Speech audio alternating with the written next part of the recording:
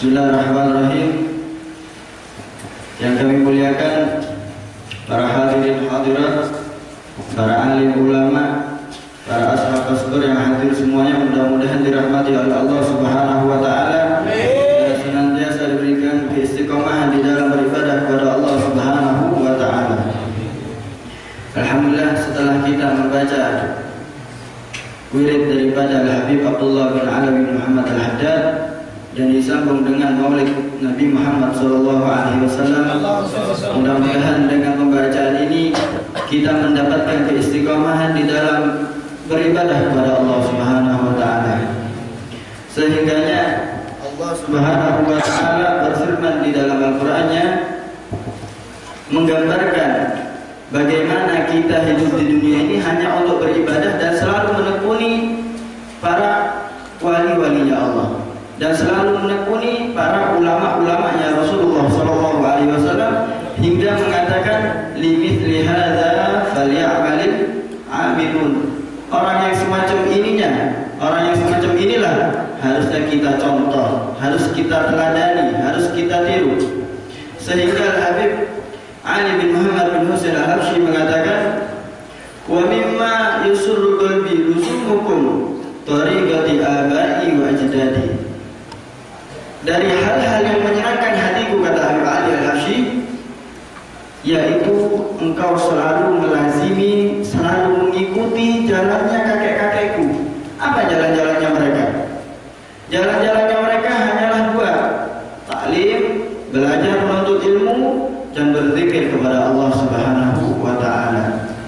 Sehingga daripada sifat-sifat daripada aslafun salih, tula umruhum ma faraqu dzikra wal kutuba.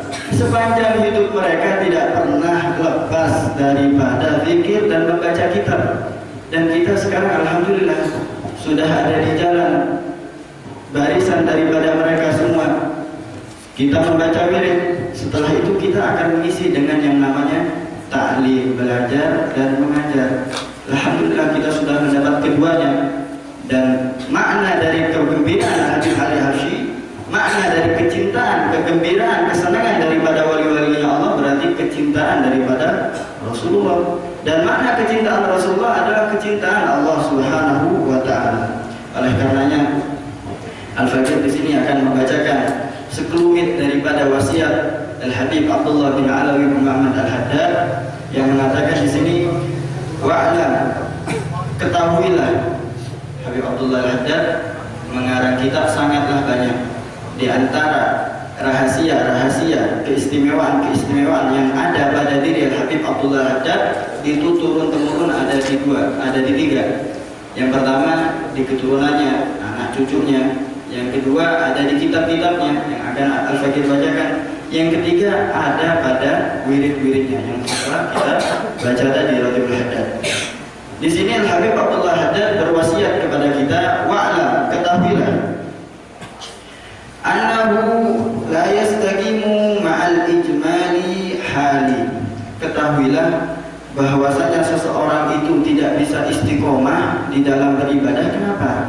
Karena di dalam itu tidak ada keistiqomahan di dalam menjalankan ibadah kepada Allah. Dia selalu mau berbuat baik, tapi di pertengahan jalan putus lagi. Mau istiqomah membaca wirid Ratibul Haddad 40 hari, sudah nyampe 39 putus lagi. Kenapa itu semuanya? Karena dia selalu membuang-buang waktu, kata Al-Habib Abdullah Al-Haddad. Wala yasluhu ma'al infani bali. Dan seseorang itu membutuhkan istiqomah hanya membutuhkan satu, yaitu persiapan hati yang bersih. Oleh karenanya dikatakan wala yasluhu ma'al infani bali. Tidak akan hati itu lalai kepada Allah kecuali orang itu selalu tidak berzikir kepada Allah.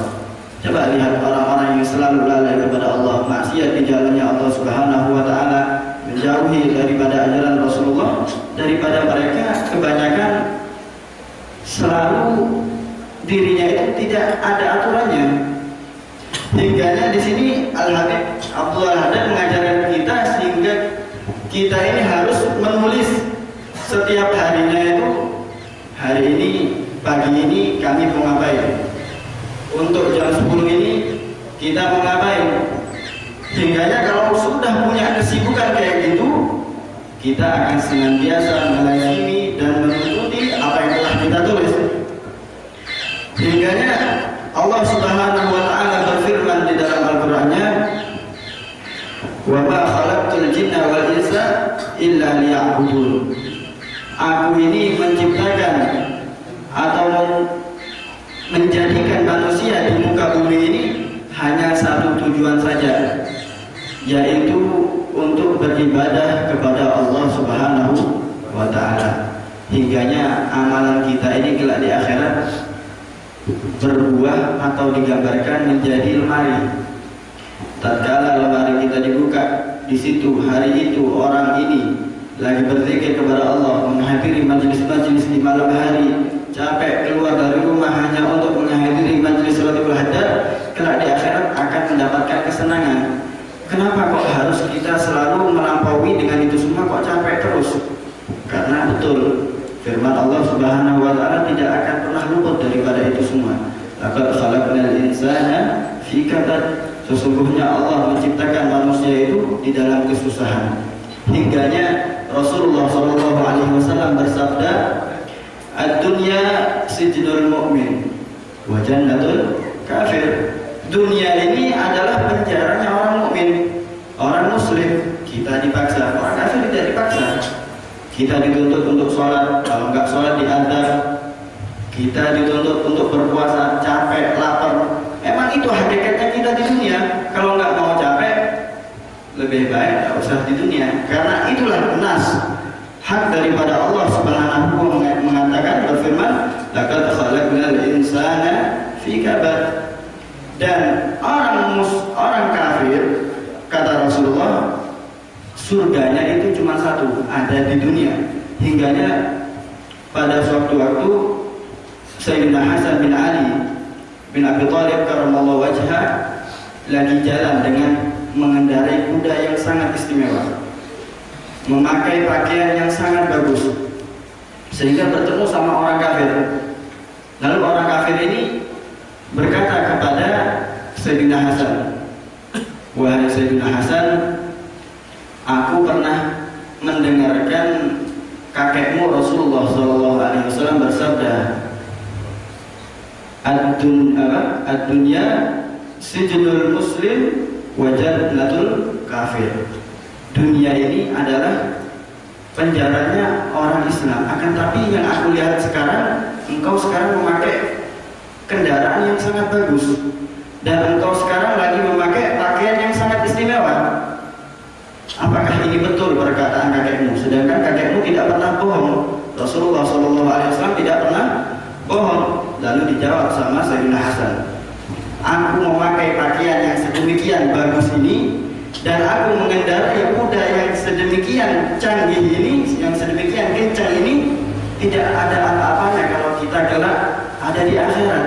Ini menurut aku neraka kalau gini, masih capek, masih mengendarai, masih memakai. Kalau kelak di surga tidak ada itu semuanya. Sedangkan engkau orang miskin yang lagi kafir, menurut aku engkau sekarang lagi ada di surga. Kenapa? Kalau kelak di akhirat engkau tidak akan lagi bisa makan, engkau tidak akan lagi bisa yang namanya minum. Oleh karenanya, betullah apa yang dikatakan oleh kakekku, ad-dunya sijnul muslim wa jannatul kafir. Hingganya Rasulullah SAW bersabda, "Khairun nasi man tala umruhu wa hasuna amaluhu." Sebaik-baiknya manusia adalah man tala umruhu, umurnya panjang, wa hasuna amaluhu, bukan hanya umur panjang melainkan amalannya juga baik. Hingganya dikatakan wa syarrun nasi, dan sebaliknya paling jeleknya orang man tala umruhu, yang panjang umurnya, wa sa'a amaluhu, dan perbuatannya juga jelek. Sehingga dikatakan di sini, kalau seseorang itu bisa dikatakan mulia jikalau orang itu panjang umurnya. Dan makna dari panjang umur ini bukan hanyalah dilewati dengan umur panjang, akan tetapi dengan barokahnya umur panjang tersebut. Sehingga kalau kita bertemu sama anak-anak kecil, kita diajarkan sama Rasulullah selalu tawadhu, hingga kita punya hati ini tidak terselip di dalamnya yang namanya sombong. Kalau kita ketemu sama anak kecil, katakan di dalam hati kita, ya Allah, begitu mulia anak kecil ini. Anak kecil ini maksiatnya masih kecil, masih sedikit, sedangkan aku sudah tua. Berapa banyak maksiat yang aku kerjakan. Tatkala kita bertemu yang lebih tua daripada kita, kita katakan juga dalam hati kita, ya Allah, begitu mulia orang yang di hadapanku ini. Di hadapanku ini umurnya sudah panjang,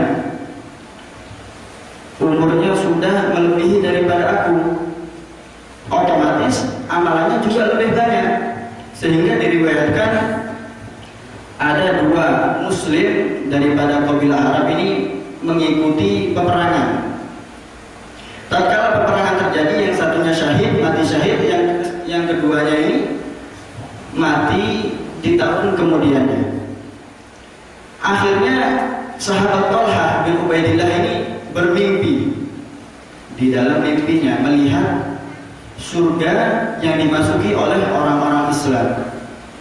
Gak taunya yang bikin heran, orang yang mati dalam peperangan ini tidak masuk duluan, akan tetapi orang yang mati di kasur, yang mati setelahnya, setelah setahun, malah masuk duluan.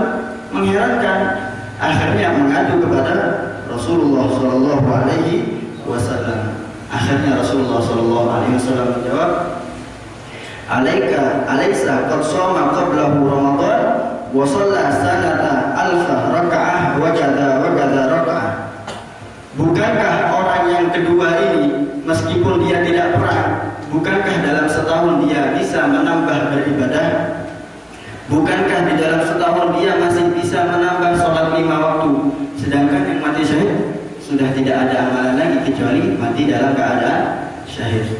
Makanya kebanyakan daripada umat Nabi Muhammad SAW ini umurnya tidak akan lebih daripada 60-70 tahun. Meskipun lebih itu mungkin fadilah daripada Allah Subhanahu wa taala. Hingganya Al-Imam Ghazali mengatakan, al-umru jauharun la qimatalah. Al-umru jauharun la qimatalah. Umur itu bagaikan permata yang tidak ada harganya. Kita sudah berapa lewat waktu dengan membacakan maksiat kepada Allah Subhanahu wa taala. Mungkin kita lalai, jangankan kita maksiat. Kelak kita kalau membuka lemari kita dalam keadaan kosong, artinya di dunia dia melakukan kelalaian, mubah, melakukan hal yang mubah. Kita lagi makan mungkin, kita lagi mandi mungkin, tidak diseringi ibadah di situ, maka kelak dia akan menangis, menyesal dengan sesera mungkin. Dikatakan oleh ulama, kalau dia bisa mati, mungkin orang itu mati lagi, karena di akhirat tidak akan bisa mati lagi. Itu baru melakukan hal yang mubah. Lalu bagaimana melakukan hal-hal yang haram? Yang dibuka adalah sesuatu yang gelap, maka orang itu akan menyesal. Ya Rabb, seandainya aku dikembalikan ke dunia lagi, niscaya aku akan melakukan ibadah kepadamu. Oleh karenanya, alhamdulillah kita sekarang masih hidup, diberikan nafas oleh Allah Subhanahu wa taala. Dan tujuan di dunia ini hanyalah satu, capek. Kalau nggak mau capek, nggak bisa, karena Allah Subhanahu wa taala sudah mengenaskan di dalam firman-Nya Allah Subhanahu wa taala. Oleh karena itu, daripada orang yang umur panjang itu, diantaranya adalah malaikat-malaikatnya Allah Subhanahu wa taala. Suatu waktu Rasulullah SAW ngajak ngobrol sama malaikat Jibril. Wahai malaikat Jibril, berapa umurmu? Kata malaikat Jibril, aku tidak tahu. Saking daripada panjang umurnya, nggak ada akte dulu. Lalu apa yang kau ingat? Kata Rasulullah SAW. Kata malaikat Jibril, ya Rasulullah, yang aku ingat, aku ini lahir diciptakan oleh Allah Subhanahu wa taala seperti bintang, yang mana bintang itu adanya 70.000 tahun sekali. 70.000 tahun sekali itulah aku dilahirkan. dan aku sekarang ini sudah melihat bintang itu sebanyak 70.000 kali. Artinya sangat panjang sekali umurnya malaikat Jibril. Lalu Rasulullah SAW mengatakan, ketahuilah wahai Jibril, sesungguhnya bintang itu adalah cahaya daripada bagian cahaya-cahayaku. Oleh karenanya orang yang panjang umurnya tambah banyak barokahnya. Akan tetapi kalau banyak umurnya tapi tidak diisi dengan kebaikan, maka dia akan sia-sia. Oleh karenanya kita diajarkan oleh salafun saleh dengan guru-gurunya kita meminta kepada Allah, ya Allah panjangkanlah umurku di dalam taat kepada Allah Subhanahu wa taala dan taat kepada Rasulullah sallallahu alaihi wasallam. Kita jangan minta dipanjangkan umurnya saja, akan tapi kita ditambahi di akhirnya. Ya Allah panjangkanlah umurku di dalam taat kepadamu dan taat kepada Rasulullah sallallahu alaihi wasallam. Tapi kita heran, kebanyakan yang bukan daripada umatnya Nabi Muhammad ini kok malah panjang-panjang umurnya. Coba kita lihat orang-orang Cina itu. Kebanyakan daripada mereka 100 tahun lebih hidupnya. Apakah Allah mengasih nikmat kepada dia? Tidak. Allah mengasih nikmat, kembalikan daripada nikmat. Kalau nikmat dia diberi nikmat oleh Allah, akan tapi nikmat zahirnya saja nikmat, apalagi batinnya bukan nikmat. Orang-orang yang semacam ini diibaratkan sebagai roti yang enak, yang lembut, diisi dengan racun di dalamnya. Tatkala orang itu makan, tidak terasa itu racun, makan dengan enak, makan dengan lezat. Akan tapi apa yang terjadi setelahnya? Mati. Begitu juga orang kafir. Di dunia dia merasa bangga, umurku panjang-panjang. Akan tapi kelak di akhirat dia akan menemui yang namanya azab Allah Subhanahu wa taala. Kemudian oleh katanya ada sebuah cerita namanya Muhammad Al-Jamal ini seorang soleh, seorang alim di zamannya. Tatkala itu beliau ini lagi kerjaannya mengangkat kayu, mencari kayu bakar untuk dijual. Wah, ini orang soleh, bukan orang biasa. Kerjaannya setiap hari kayak gitu. Akhirnya tatkala istirahat, Muhammad Al-Jamal ini meminta kepada Allah Subhanahu wa taala, ya Rabb, seandainya aku setiap hari ini diberikan roti, 2 potong roti sama segelas susu, aku sudah cukup, tidak mau kerja lagi.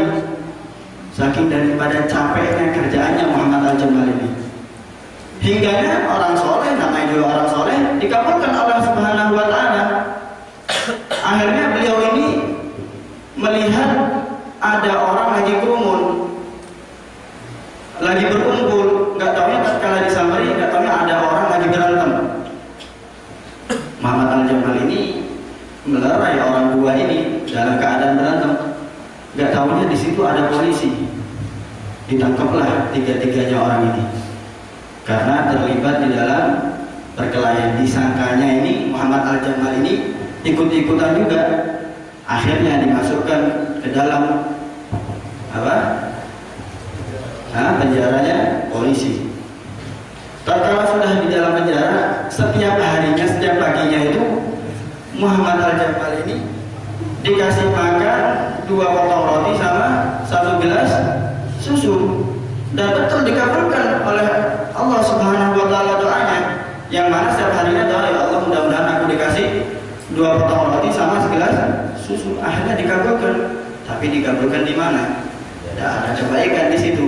Meskipun dikabulkan, tapi dalam keadaan susah. Oleh karenanya guru-guru kami selalu, ulama-ulama kita menganjurkan kalau kita doa, ya Allah panjangkanlah umurku ditambah fi khairin wa afiyah, di dalam keadaan kebaikan, di dalam keadaan taat kepada Allah Subhanahu wa taala. Dan sesungguhnya orang-orang yang selalu mensibukkan dirinya kepada Allah Subhanahu wa taala itu tergantung menurut siapa yang dia ikuti. Kalau yang dia ikuti adalah wali-walinya Allah, dia niat dengan ittiba' bisalaf, mengikuti orang-orang terdahulu, maka kelak dia akan dijamin oleh orang itu. Contoh yang sederhana, kita sekarang lagi berusaha istiqomah di dalam membaca Ratibul Haddad, yang mana sudah dijamin, yang tadi sudah Al-Fadhil katakan, orang yang membaca 40 kali berturut-turut membaca Ratibul Haddad, wiridku ini, aku jamin kelak matinya dalam keadaan husnul khotimah. Dan kita sekarang dalam keadaan berusaha. Kalau seseorang itu sudah berusaha, insya Allah hidayat Allah Subhanahu wa Ta'ala akan turun. Emang hidayat dan taufik Allah Subhanahu wa Ta'ala tidak ada yang bisa menebak, tapi pancing atau umpan yang paling ampuh daripada hidayat dan taufik Allah adalah satu, yakni berusaha untuk mendapatkannya. Memang kebanyakan daripada kita, hingganya Rasulullah SAW bersabda, umatku di akhir zaman ini seakan-akan dia hatinya itu gampang terbolak-balik. Di pagi hari muslim, di sore hari kafir. Di sore hari kafir, di pagi hari muslim, dan seterusnya. Dan banyak kita sering terjadi sekarang. Dan bukan hanya orang muslim saja, bahkan kita kadang-kadang hari ini taat kepada Allah, semangat untuk taat kepada Allah Subhanahu wa Ta'ala, akan tetapi ada saja gangguannya setan, ada saja hawa nafsu ini yang selalu menentang kita untuk beribadah kepada Allah Subhanahu wa Ta'ala. Hingganya kita selalu dianjurkan, kalau kita ini pengen termotivasi untuk selalu mengikuti aslafun soleh, sering-sering membaca sirahnya aslafun soleh, bagaimana daripada mereka sholatnya, bagaimana daripada mereka puasanya, bagaimana daripada mereka mujahadahnya, sehingga mereka itu semuanya didapatkan bukan hanya dengan malas-malasan. Buah daripada dia bekerja keras akan mendapatkan kenikmatan, yaitu bisa memandang Rasulullah SAW. Sewaktu-waktu Ibnu Arabi pengen belajar sama ayahnya. Wahai ayahku, aku pengen belajar sama kamu. Maka kata ayahnya, wahai anakku, anak tidak mau ngajari kamu kecuali kamu sudah meninggalkan maksiat di dalam seminggu ini atau di dalam sebulan ini. Maka kata anaknya, ya sudah, aku terima. Aku berniat dari detik ini sampai ke bulan depan aku tidak akan maksiat sekecil apapun. Tatkala sudah sampai seminggu, 2 minggu dilewati dengan tanpa maksiat sekecil apapun, beliau kembali lagi kepada ayahnya. Wahai ayahku, aku sudah tidak melakukan maksiat sekecil apapun di dalam 1 bulan ini. Maka kata ayahnya, wahai anakku, itu belum cukup. Tambah lagi sampai akhir tahun, baru engkau bisa belajar bersamaku. Akhirnya dari semangatnya seorang anak ini, hingga di dalam 1 tahun penuh tidak pernah melakukan yang namanya maksiat kepada Allah Subhanahu wa Ta'ala. Dan hasil daripada itu semuanya, akhirnya beliau mendapatkan buah yang sangat istimewa, yaitu bisa berkumpul bersama Rasulullah SAW di dalam keadaan terjaga, bukan di dalam keadaan tidur. Semua perintah hal ehwalnya Ibnu Arabi ini langsung perintah dari Rasulullah. Waktu makan yang perintahkan bukan ayahnya, langsung Rasulullah. Mau tidur yang perintahkan bukan orang tuanya, akan melainkan Rasulullah SAW.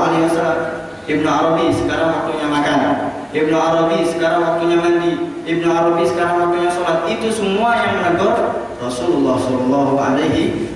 Dengan apa itu semua didapatkan? Dengan meninggalkan maksiat kepada Allah Subhanahu wa Ta'ala. Karena kita ketahui hati ini adalah tempat penglihatannya Allah Subhanahu wa Ta'ala. Dan Allah Subhanahu wa Ta'ala, innallaha la yanzuru ila ajsamikum walakinnallaha yanzuru ila qulubikum. Sesungguhnya Allah itu tidak melihat kepada zahirmu. Meskipun orang itu ganteng, Allah tidak melihat kepada itu semuanya. Walakinnallaha yanzuru ila qulubikum, akan tapi Allah Subhanahu wa Ta'ala melihat kepada hati-hati makhluknya. Jikalau hati orang itu bersih, maka gampang orang itu selalu kangen sama Rasulullah SAW. Kalau orang itu bersih hatinya, tidak ada dendam, tidak ada ria, tidak ada sombong di dalam hatinya, maka orang itu selalu pengen masuk di dalam masjid, selalu pengen berkumpul dengan orang-orang, selalu pengen menuntut ilmunya Allah Subhanahu wa Ta'ala. Hingganya sewaktu-waktu Rasulullah SAW ini pengen menghadiri majlis yang di dalamnya dibacakan maulid Nabi Muhammad SAW. Jadi setiap maulid itu, setiap diadakan pembacaan maulid, dipastikan di situ Rasulullah SAW hadir di tengah-tengah kita. Dan alhamdulillah barusan kita membacakan maulid dan kita berkeyakinan bahwasanya Rasulullah SAW hadir di tengah-tengah kita. Akan tetapi ada beberapa sebab yang menyebabkan Rasulullah SAW tidak masuk di dalamnya, karena ada satu kesalahan di antara kita. Yang paling mendasar adalah kita punya hati selalu kotor, sehingga daripada ulama-ulamanya kita itu selalu takut untuk hadir majelis. Bukan karena benci kepada majelis. Kenapa? Karena ulama itu menyangka, ya Allah, kalau aku hadir, jangan-jangan Rasulullah tidak hadir gara-gara aku. Ya Allah, kalau aku hadir, jangan-jangan azabmu akan turun gara-gara aku. Itulah daripada mereka sifat wali-walinya Allah Subhanahu wa Ta'ala, selalu merasa dirinya tidak ada nilainya di depan halayak manusia. Oleh karenanya kita bersyukur kepada Allah sudah dikumpulkan di satu majelis yang mana dikatakan oleh Rasulullah, tidaklah berkumpul umatku di dalam satu kumpulan yang mana melebihi daripada 40 orang kecuali di situ ada yang namanya wali Allah. Mungkin saja di samping kanan kita ada yang namanya wali Allah, tapi kita tidak mengetahuinya. Mungkin saja di tengah-tengah kita ada yang namanya wali Allah, kekasihnya Allah Subhanahu wa Ta'ala, karena sabdanya Rasulullah ini tidak akan pernah bohong. Tidaklah berkumpul umatku di dalam satu majelis kecuali di situ ada yang namanya wali Allah Subhanahu wa Ta'ala. Hingganya Allah berfirman, limithli hadza falyamalil amilun. Orang yang semacam ininya, orang yang semacam inilah harus kita contoh. Hingganya Syekh Habib Bakar bin Salim mengatakan, aku ini, kalau nggak salah Habib Ali Habsyi yang mengatakan, aku ini melihat semua dosa-dosa daripada makhluk Allah akan diampuni dosa-dosanya, kecuali sabis sahabat wa sabil ulama, kecuali orang-orang yang selalu mencaci maki para sahabat dan selalu mencaci maki para ulama-ulamanya Allah Subhanahu wa Ta'ala. Oleh karenanya kita ini kadang-kadang kebingungan sama orang-orang yang anti para sahabat Rasulullah SAW. Karena Rasulullah SAW di dalam hidupnya tidak pernah yang namanya mencaci maki sesama makhluk. Jangankan makhluknya Allah, jangankan manusia, makanan saja tidak pernah dicaci oleh Rasulullah SAW. Diceritakan tatkala Rasulullah SAW masuk ke rumah Sayyidatuna Aisyah, Rasulullah minta makan, minta kuah. Maka Sayyidatuna Aisyah mengatakan, ya Rasulullah, tidak ada kuah melainkan yang ada cuka. Kita tahu rasanya cuka tidak enak menurut kita. Akan tetapi Rasulullah tidak mengatakan cuka tidak enak, cuka tidak bikin makan kita selera. Akan tetapi Rasulullah SAW mengatakan, ni'mal idam al-khal.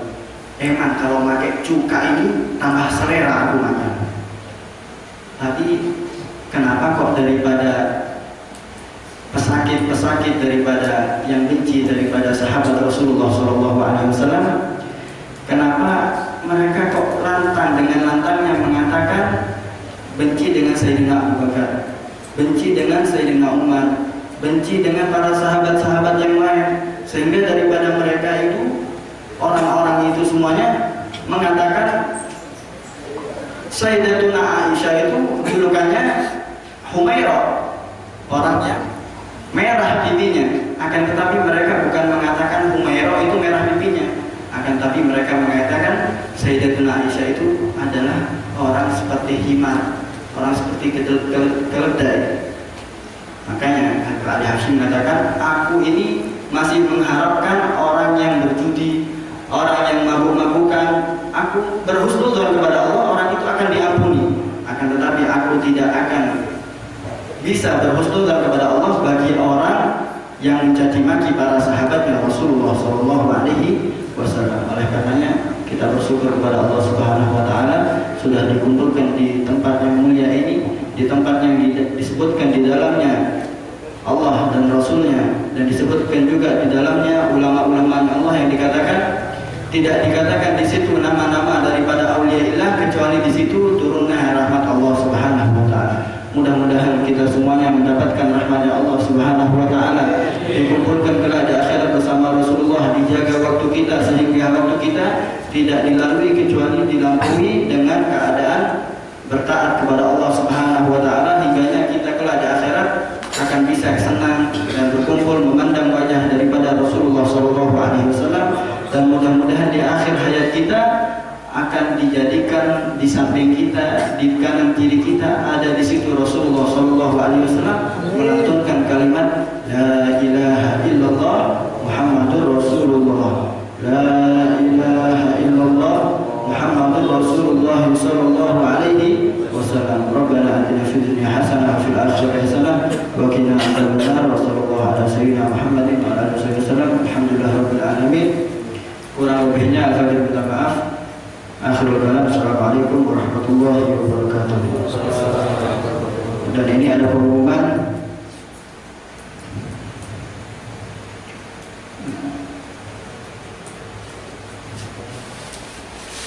Kita akan mendoakan daripada sahabat kita, beliau mengalami kecelakaan tatkala mau menuju majelis. Dan orang-orang kalau sudah menuju majelis itu setiap langkahnya akan dihitung. Satu langkah akan dihitung dinamakan dalam keadaan kebaikan. Dan mudah-mudahan orang ini sebenarnya hakikatnya bukan dikasih cobaan sama Allah, akan tapi orang ini disayangi oleh Allah Subhanahu Wa Taala. Karena Allah Subhanahu Wa Taala, Rasulullah SAW bersabda, jikalau orang itu pengen dicintai oleh Allah, kecuali orang itu sudah dikasih cobaan oleh Allah Subhanahu Wa Taala. Dan mudah-mudahan teman kita ini diberi kesembuhan oleh Allah Subhanahu Wa Taala dan diberi kesabaran apa yang telah diberikan oleh Allah Subhanahu Wa Taala. Bismillahirrahmanirrahim.